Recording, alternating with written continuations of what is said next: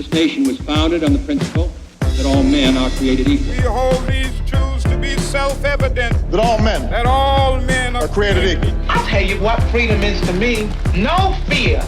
I mean, really, no fear. Created equal.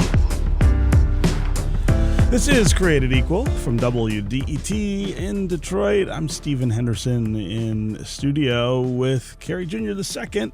He is our show's producer. Hey, Good Gary. day, Stephen. Back at it. Back at it. It's fall, and what that means here in Detroit is that we've got a tax foreclosure auction actually coming up at the middle of the month, and then again in the middle of October. And that always makes me think a lot about real estate and home ownership and the way in which those things have an impact on Detroiters' lives here in the city. You know, for a really long time, that's been a pretty negative story around here. The tax auction has been absolutely brutal on homeowners in this city.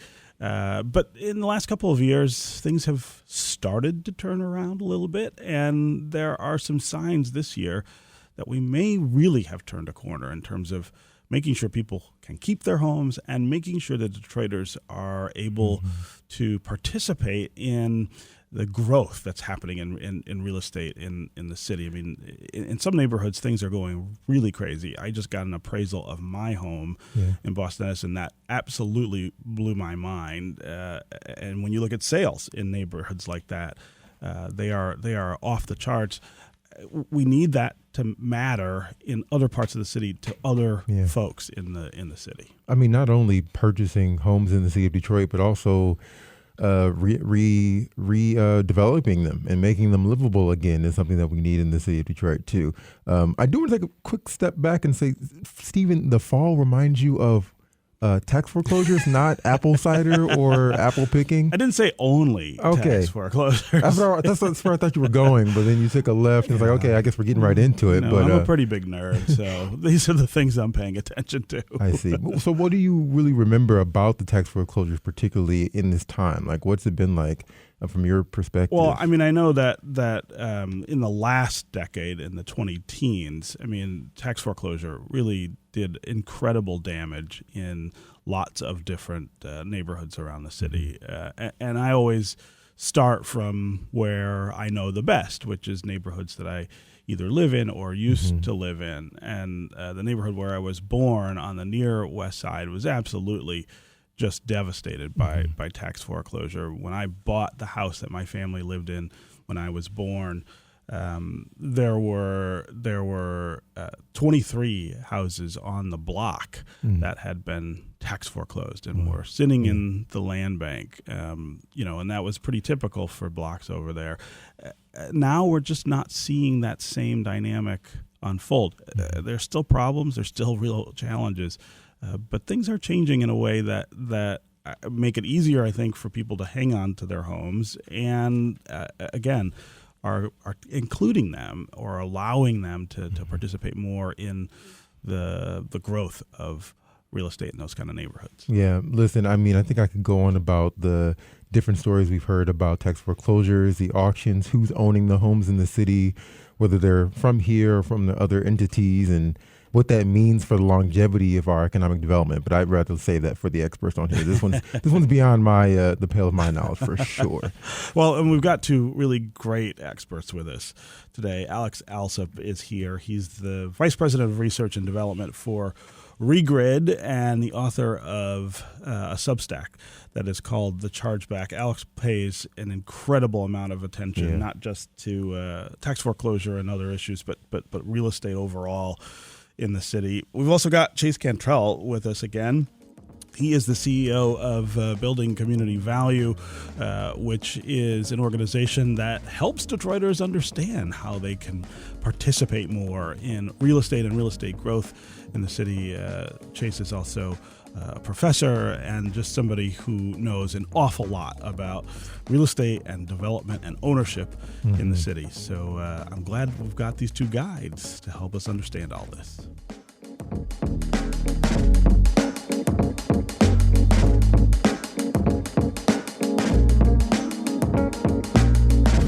All right, Alex and Chase, great to have both of you back with us on Created Equal. Welcome to the show.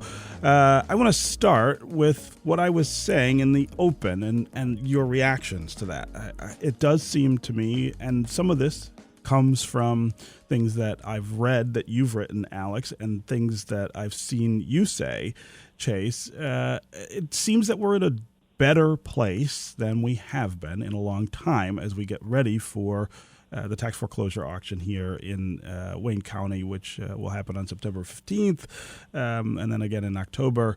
But I want both of you to talk about whether you think that's true, that things are better, how much better they are, and why things are better, what that actually means to the people who live here.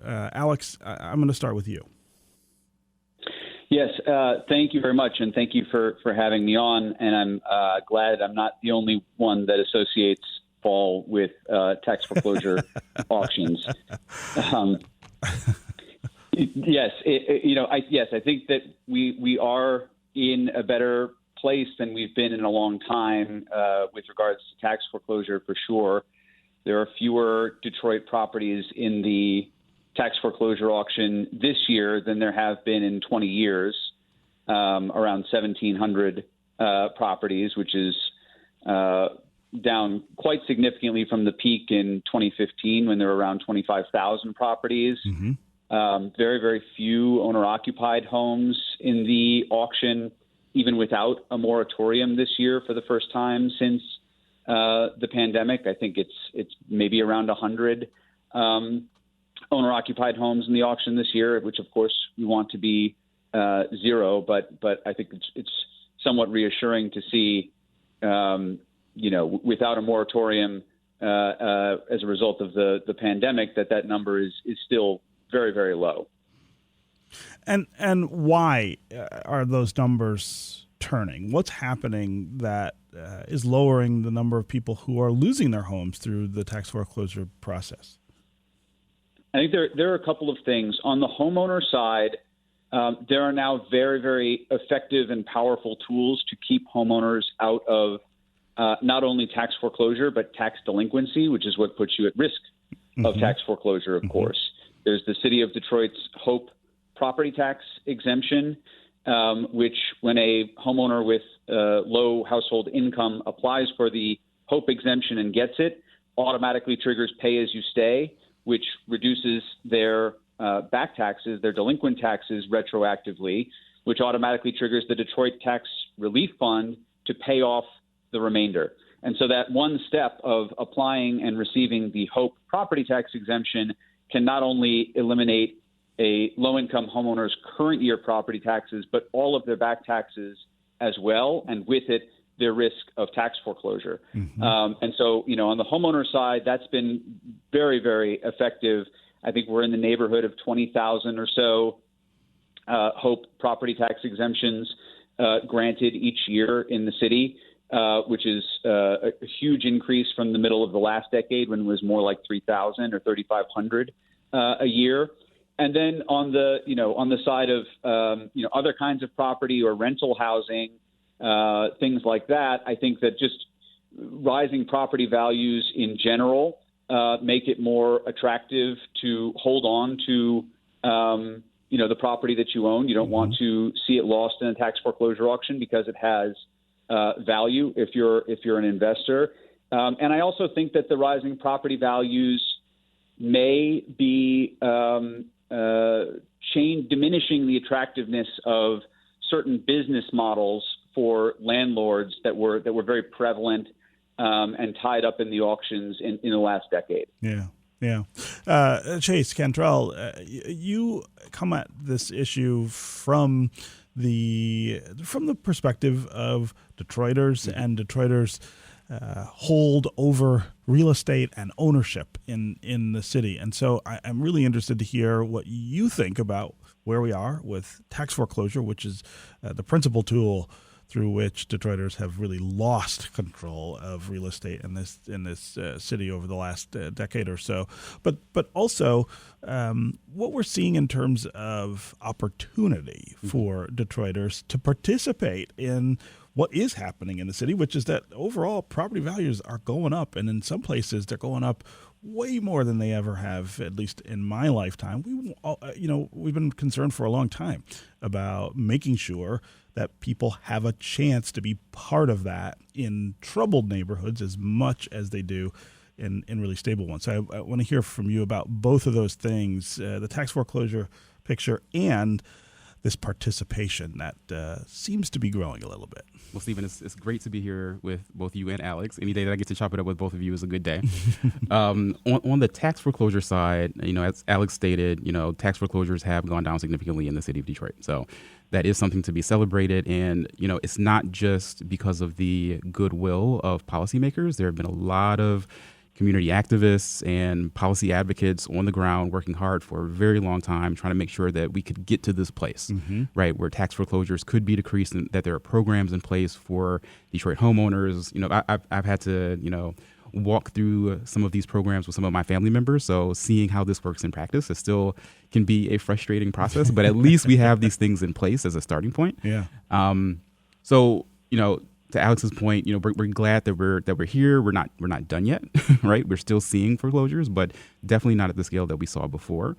On the opportunity side, though, I come at this a little differently. So the organization that I run, Building Community Value, what we do is we really help Detroiters understand how to get property ownership. Yep. Right. Whether you live in my neighborhood, Bagley, on the northwest side, or if you live in a neighborhood that's not as trendy, right? People talk about Bagley as though it's the one of the up and coming neighborhoods in the city of Detroit. But people throughout the city want to understand how they can get a land bank home, or how they can get that home across the street that they see, or a small commercial space. So our programs allow people to come in and understand, what real estate development is, how they can do a financial analysis of a project before they put any money in. We don't want people to lose money on these deals. But, because Detroiters were so highly impacted by foreclosure, and not just those who lost their homes, right? Family members, people on the block you described, on your own street, in your own neighborhood, seeing others lose their homes, right? There's a reaction that Detroiters have of, okay, this is not just about wealth building, right? This is about neighborhood stabilization. Yep. This is about power building, right? That comes up a lot, right? The people understand that owning property is a way of also exercising power over their communities. That is not lost on Detroiters who come into our programs. So I think the opportunity is more than just economic, right? That definitely is a foundation for some folks, but I think it's lot about deeper. Community. It's about community. It's about, not to be cliche, but building community value. Exactly. There we go. Good ad there, Chase. Exactly, yeah. So when we talk about Detroiters being able to participate in that better and more actively, what are the things that are making that possible? Why is that happening more now than it was before? So I think one is that there are more programs, right? Not just ours. Capital Impact Partners has a real estate development program. There's a real estate advocacy organization for Black developers called REID, the Real Estate Association of Developers. So there's just an ecosystem that's been developed over the past decade that supports people who want to do this work, right? It's easier to get plugged into others who are doing this. And once you start to see that there are other Detroit residents who are doing this work, it becomes more visible and it seems more possible and accessible. Well, if my neighbor can do it, I can do it too. Yeah. So I think there's some of that's happening. On the economic side, it's not easier necessarily financially. Banks still largely refuse to lend to what they see as real estate investment, right? So if this is not your principal residence, most banks say that they won't lend against this asset class. Mm-hmm. The city of Detroit, and maybe, I know Alex wanted to get into this as well, hasn't been necessarily the greatest ally in terms of single family development, right? There's a really deep focus on multifamily. City government, exactly. So in terms of, subsidies that we see for multifamily or larger developments or just the supports in general, we don't see that for single family or duplexes. So a lot of this is just Detroit grit. Mm-hmm. Mm-hmm. In Alex's Substack article, he talks about sweat equity, right? People rolling up their sleeves and, doing that work in these rehabs themselves. But again, there is a danger there too, right? People are putting a lot of their own savings into these properties. The land bank will tell you that they see a lot of people who buy land bank homes cheaply, but once they exhaust all of their savings, they come to a crossroads where they can't complete the rehab. That happens a great deal. Yeah. And the land bank hasn't been able to find a financial resource to help those folks, and the ecosystem in general hasn't really found a great resource to help those folks. Yeah. So, I mean, we're seeing more of this rehab, but I think that it's still a challenge for those who are doing it. We still have a problem with the lending climate Absolutely. in the city. I mean, and banks we got to give them credit where it's due. They are doing better at writing first mortgages, right? The primary mortgages on property, but lending to try to help people improve property is still way lagging. It is, and in the space where banks don't lend, usually we see what we call community development financial institutions, CDFIs. These are nonprofit financial institutions who are supposed to step into the gap, right, and lend. And we do see some of that lending happening, but at the scale that we're talking of the kinds of rehabs that we need in the city, it's just not enough capacity in the ecosystem. Yeah. Okay, we're going to take a quick break, and when we come back, we are going to continue this conversation about real estate and ownership in the city of Detroit. We're going to keep Alex Alsup and Chase Cantrell with us.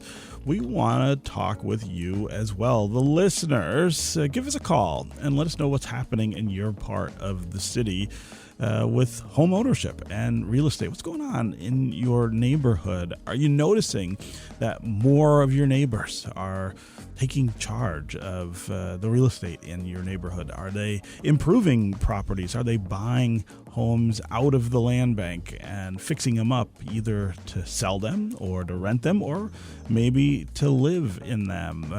Give us a sense of what kind of opportunity and hope you see with real estate in the city of Detroit. 313-577-1019 is the number here on the phones. That's 313-577-1019. You can also go to Twitter and you can hashtag Created Equal or at WDET. We'll be right back with more Created Equal.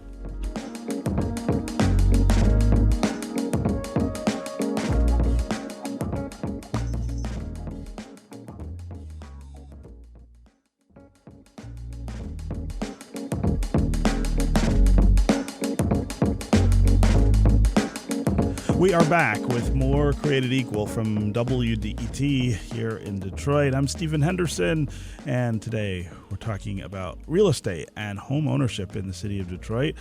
Some positive signs that are developing about who has control of real estate in the city, who in our neighborhoods are the folks who own the houses, the folks who live here in the city being able to participate more fully in the growth that we're experiencing in real estate values here in the city of Detroit. We got two great guests helping us sort through all of this. Alex Alsup is the Vice President of Research and Development for Regrid and the author of the Substack, the Chargeback. Chase Cantrell is the CEO of Building Community Value. Both of them pay an awful lot of attention to real estate and ownership in the city, thinking about ways we protect Detroiters, the people who actually live here, in that whole dynamic of who owns and who controls the real estate in the city. We want to hear from you, the listeners, as well, while we're having this conversation. Call and tell us about your neighborhood. What's going on with home ownership and rehab in your neighborhood? Are things getting better because your neighbors are participating more in these things? Are they buying homes out of the land bank and fixing them up? Are they able to resell those homes or live in those homes or rent those homes in a way that is better than before? 313-577-1019 is the number here on the phones. That's 313-577-1019. You can also go to Twitter, hashtag Created Equal or at WDET. Okay, guys, I want to talk a little about the outside influences that have had such an effect on Detroit real estate for such a long time. When you go to the tax auction that we have every fall here in Wayne County, the tax foreclosure auction, what you see are a lot of companies, LLCs and other kinds of corporations who come through and bid, in many cases, on lots of the houses that are for sale as a way of I guess, kind of, I guess it's investing, but it's also sort of a hoarding of property that takes place and changes the dynamic in neighborhoods.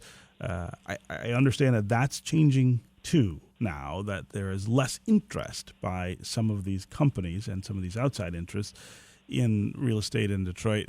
Alex, I'm going to start with you again.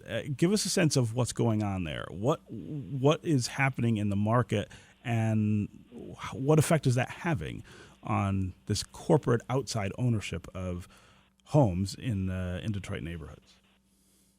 Sure. So, I think just having fewer properties in the auction changes that dynamic first and foremost, right? That was a huge supply of inventory for outside investors. It was a way for them to get lots of properties inexpensively, and it served a kind of business model that was very prevalent in the last decade, which is what's known as milking property. And what that means is outside investors buying hundreds of homes through mortgage or tax foreclosure auctions, and then not really seeing that real estate as an asset in and of itself, but rather just as a means to an end, which is the extraction of rent. And so they would have these outside investors would own hundreds of these homes. They would extract rent from them. They'd evict the people who were in them, replace them with new people, sell them on land contracts that people couldn't afford, and basically continue that cycle until the home was no longer livable, and then walk away from it, and it would wind up back in a tax foreclosure auction. Again, part of what that business model relies on is that you don't see the real estate as having value in and of itself, right? It's just a means to an end of getting rent out of the people that you have living there. And so, one of the things that I've been wondering, and this is very much, a question and not a conclusion, is if as property values have been rising in the city and the number of tax foreclosures has been diminishing, if actually sort of counterintuitively the environment is less conducive to that kind of a business model. Not to say that it's gone, just that the environment is less conducive to it because there are higher costs associated with the real estate, higher expectations associated with the real estate. And those are things that are not compatible with, that sort of business practice. And so that's been reflected in the data that I've been looking at. There has been, since just before the pandemic, a modest decline in outside ownership of Detroit property at large. But then specifically within a universe of homes that were vacant just before the pandemic and are reoccupied today, of which there are 17,000 in rather unlikely parts of the city for this kind of rehab and reoccupancy activity. Outside investors are, I think, surprisingly underrepresented in the ownership of those newly rehabbed and reoccupied homes. A majority of them appear to be owned by Detroiters, either as owner-occupants or potentially as people who are fixing them up to resell, or as landlords, Detroiters who are renting out to other residents. And when we think about what's happening in neighborhoods other than the stable, I guess, neighborhoods in the city, the neighborhoods where everybody has been trying to get property for a long time, and you don't see this kind of corporate influence from the outside. Does this withdrawal of interest from these companies or outside owners, I guess, automatically benefit the people who live in those neighborhoods? In other words, does it open up automatically opportunity for people who have been here in Detroit and again, and live in these neighborhoods to participate more in the system? I think it creates an opening, but that opening doesn't necessarily have to be filled by the people that are here.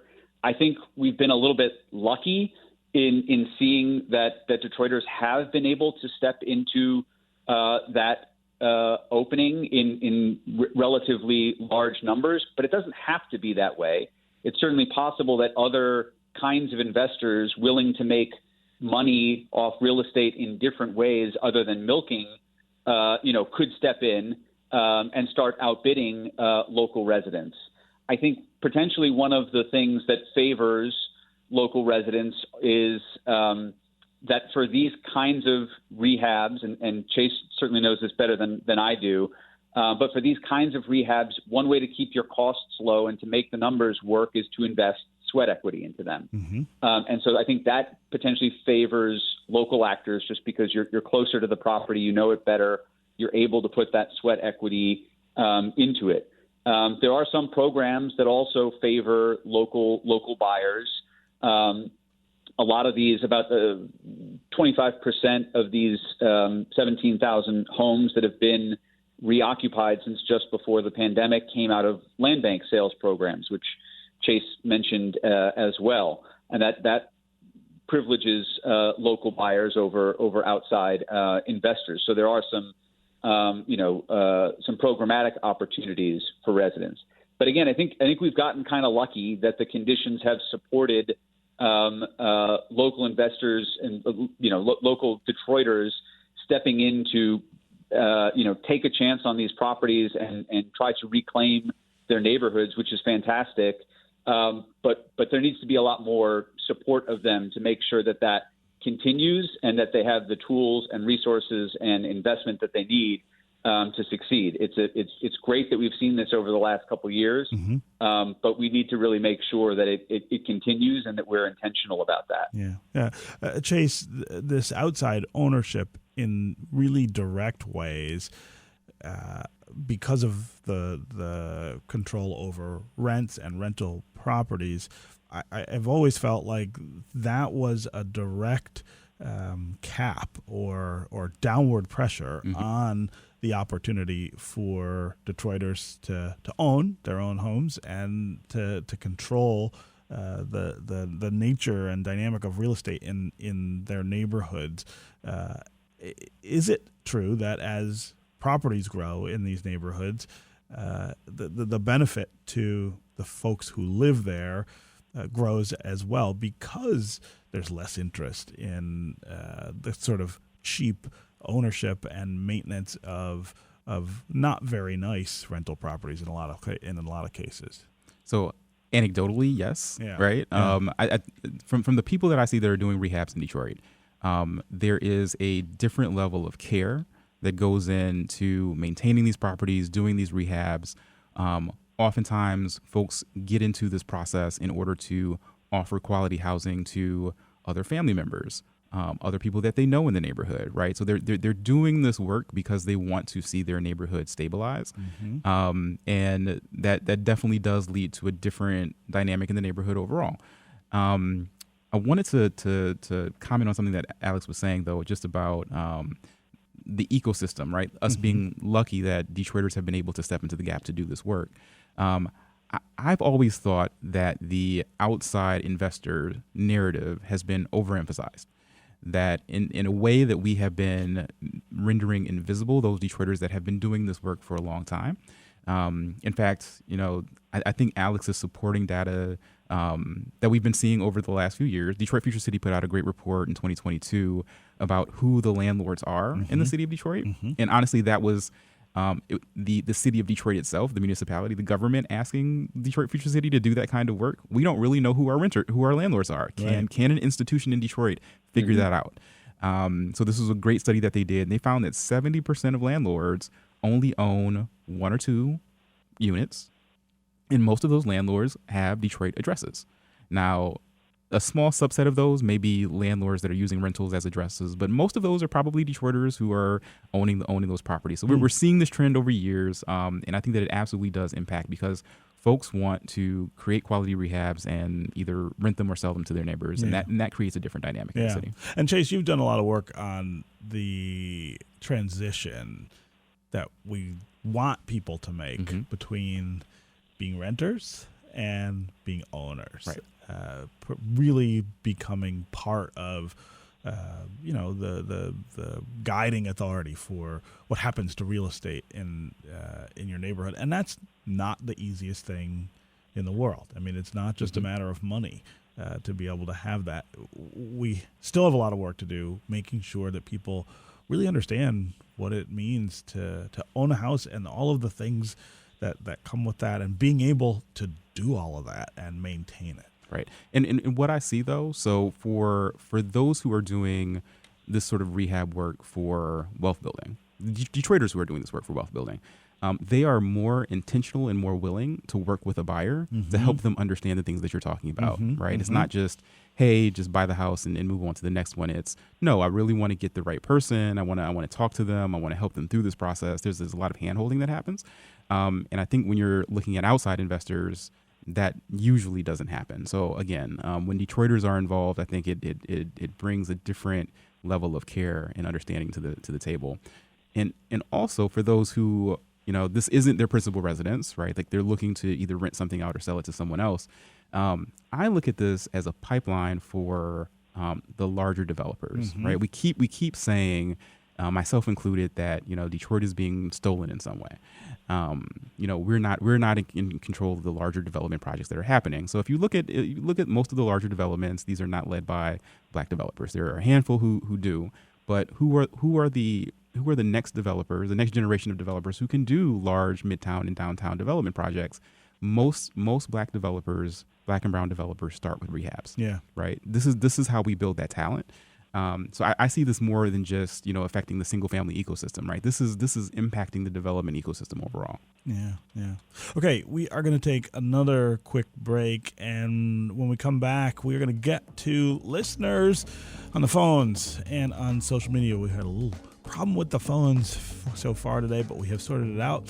We are going to get to our callers and hear what they have to say about real estate and neighborhoods and ownership here in the city of Detroit. We're going to keep Chase Cantrell and Alex Alsup with us as well. We'll be right back with more Created Equal.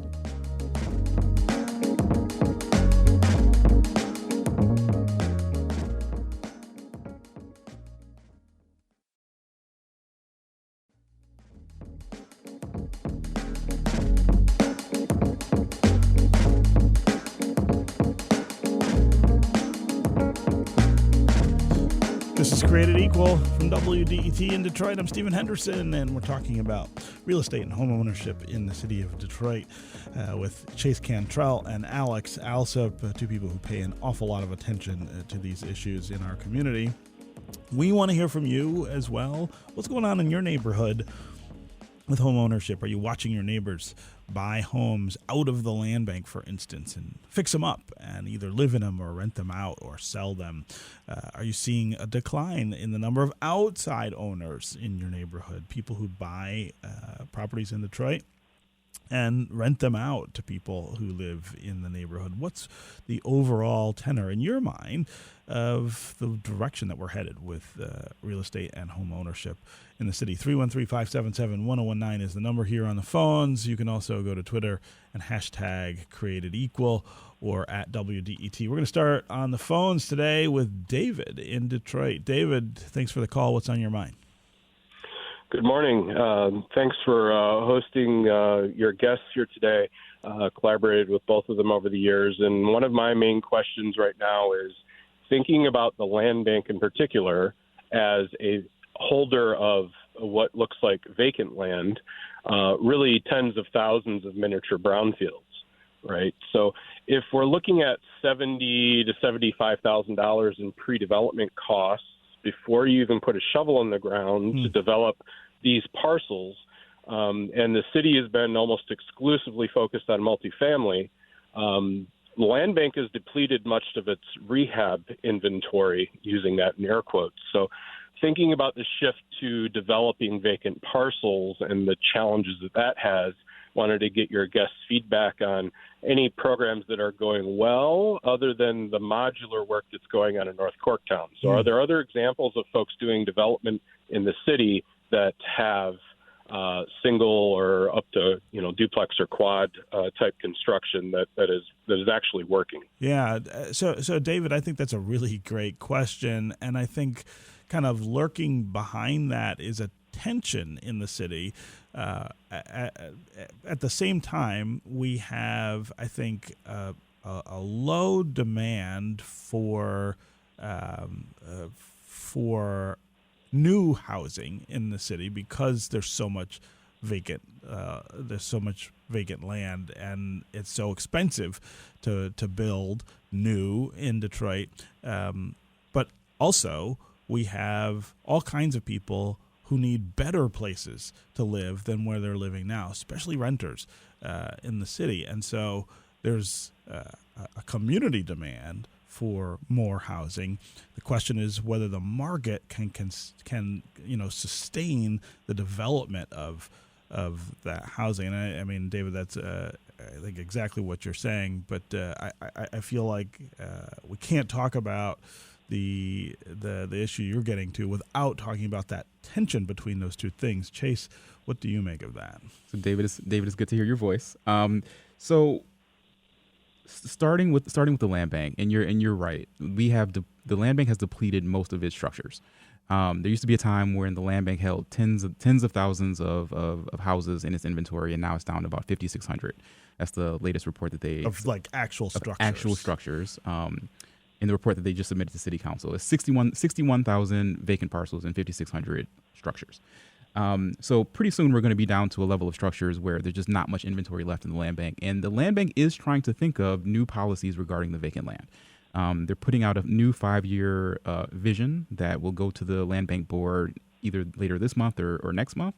And if our current mayor, or if we have a new mayor in 2026, allows the land bank to implement that plan, I think we'll see a lot of good things coming out of how we use vacant land. But to the question, it is, as Stephen alluded to, is very expensive to do new construction in the city of Detroit. This is why we see whenever there's a multifamily developer or a developer in Midtown or downtown, they're always asking for tax abatements, other subsidies, brownfield TIFs. So the reason that those things happen is it is too expensive to build new in most neighborhoods, almost all neighborhoods in the city of Detroit. The value isn't there. And by value, I mean, if you build something for $400,000, which is how much a single family home would cost to build now. And I know that that's shocking to most people, but that's really where we are with construction prices. The market will not say that it's worth that in most neighborhoods. So you build something for $400,000, the market says it's only worth $150 or $200. No developer would make that deal. Yeah. So without actual support, and honestly, this has to come from the federal government. This isn't something that a state can do at scale. This isn't something that a municipality can do at scale. And we just are not seeing the level of support nationwide. This is a problem in every single city. We do have a housing crisis. It just costs too much to build. Yeah. So David is asking, are there good models beyond modular in the city? Honestly, the only other thing that I can think of to get some costs down, there is a current study. It hasn't been implemented yet, where 70, 80 years ago, you could actually order a home off of Sears Roebuck catalog. Mm-hmm. And that was something new that I learned recently, right? But you have these architectural models that you could order, and they're trying to figure out if we could do something similar in the city. If there are templates that we could use that are already pre-approved by the city, all you'd have to do is point to that, and the city would say, yes, go forward and build it. Here's your permit. So that still doesn't get the cost down enough. You still need some dollar incentive. But beyond modular and beyond that kind of architectural and permitting process, it's still very difficult to build new. Yeah. When we think about the city and all of the vacant land, I think it's also important to talk about how different that is for us than other cities. I mean, we really have, part of this is about the city size, but also about how poorly we preserved what was here. It just is different in Detroit when you're thinking about how you kind of bounce back from the losses of homes and other structures on these vacant lots. I mean, it would I suppose be logical to just build housing on all of it, but that's just not even. It's not even possible. Stephen, what you're getting to is it was a poor policy decision to demolish as much as we have demolished. As we did, right? Yes. Detroit is a bit odd in terms of just how much our housing stock is single family homes. The only other city close to Detroit is Kansas City, right? We're at like 65 or 70% single family. And the fact that we were not ready to preserve when the mortgage and tax foreclosures hit, and we're still demolishing at a breakneck speed, I think was it was a bad policy. Yeah. Alex, I hear you chiming in there. Go ahead. Yeah, if I'd like to speak to a comment that David made about the city's sort of exclusive focus on multifamily, which I think is important. The city recently celebrated $1 billion of investment in affordable housing over the last 5 years, multifamily housing, which I think produced around 4,600 units citywide. And as I was working on this research on reoccupied homes over the same span, I couldn't help but notice that, again, a majority of these reoccupied homes over the last 5 years owned by Detroiters have produced 17,000 newly reoccupied homes out of homes that were vacant in the same period of time. I don't know what the average cost was to rehab each of these 17,000 homes, but if it was something like $75,000 per structure, something like that. That's about $1 billion over the last 5 years in the rehab of once vacant homes, and it produced 4 times as much housing. And so I think when I say that I think we've been somewhat fortunate that Detroiters have been able to step into the gap, it's because they haven't had $1 billion of investment behind them and support behind them in getting this done, but yet they've been able to do it, and that's incredible. And so as we think about the next $1 billion of investment over the next 5 years, I would love to see the work and tenacity that Detroiters are putting into homes in this city reflected in those investments. And if we want to see that continue, and we want to continue, we don't want to just be lucky, but be intentional about Detroiters owning this work, then let's invest in it. Yeah. Again, David, really appreciate the call and the very thoughtful question. Let's go next to John on the east side. John, what's on your mind today? Well, what's on my mind is, shortly before your program, you had a news program that announced 10 new McMansions over on Greyhaven. It's actually not on the island. It's actually in our neighborhood. Yes. I've seen the news about that development. And, this has been going on for 100 years, actually, and it's never been successfully developed. But it's kind of like a little community inside of our community, and it's all gated. And this has been the answer for this neighborhood for a long time, but it's never worked. And when you say it's never worked, John, what is it that you think it's not accomplishing? Well, they've never been able to even develop the entire property there. Mm-hmm. And now they're going to develop on the grandfather's house of the Fisher Mansion that still exists there, the Hare Krishna Mansion, and they're going to develop that piece of land with 10 McMansions and a gated community. And personally, I've lived in the city for 62 years. I've lived in Jefferson Chalmers now since the late 80s. I could not afford to move in here today. I don't know that anybody could.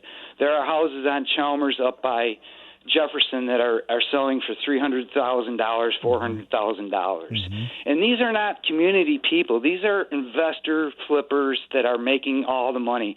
It's one thing when you live in a community and you're part of a community for 30 years, you raise your family, and you support the schools and the businesses, and then you sell your house and you make a profit. Yeah. But that's not how it works in this city. Well, that's not how it works in this country much anymore, John, and that's part of the problem, right, is that there's kind of easy, quick money in real estate, or at least people think there is, and that has an effect on the neighborhoods where people live. John, I really do appreciate you calling and raising that issue.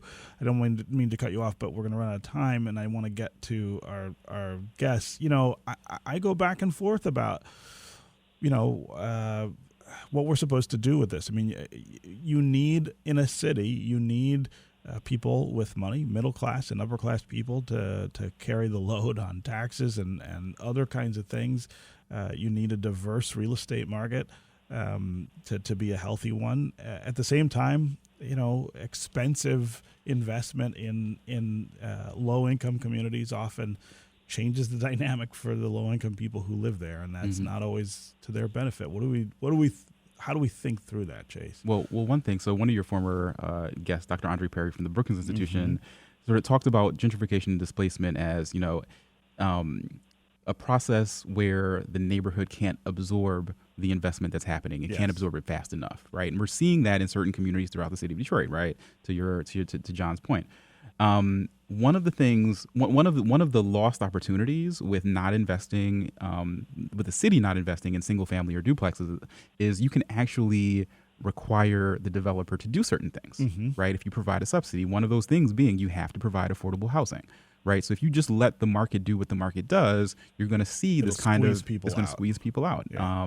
So I think that's a missed policy opportunity and something that we can fix to sort of make sure that we're doing this development work, this rehab work at a pace that actually matches what the neighborhood can absorb. Yeah. Alex, we've only got a couple of minutes left, but I want to get your thoughts on this dynamic in our city.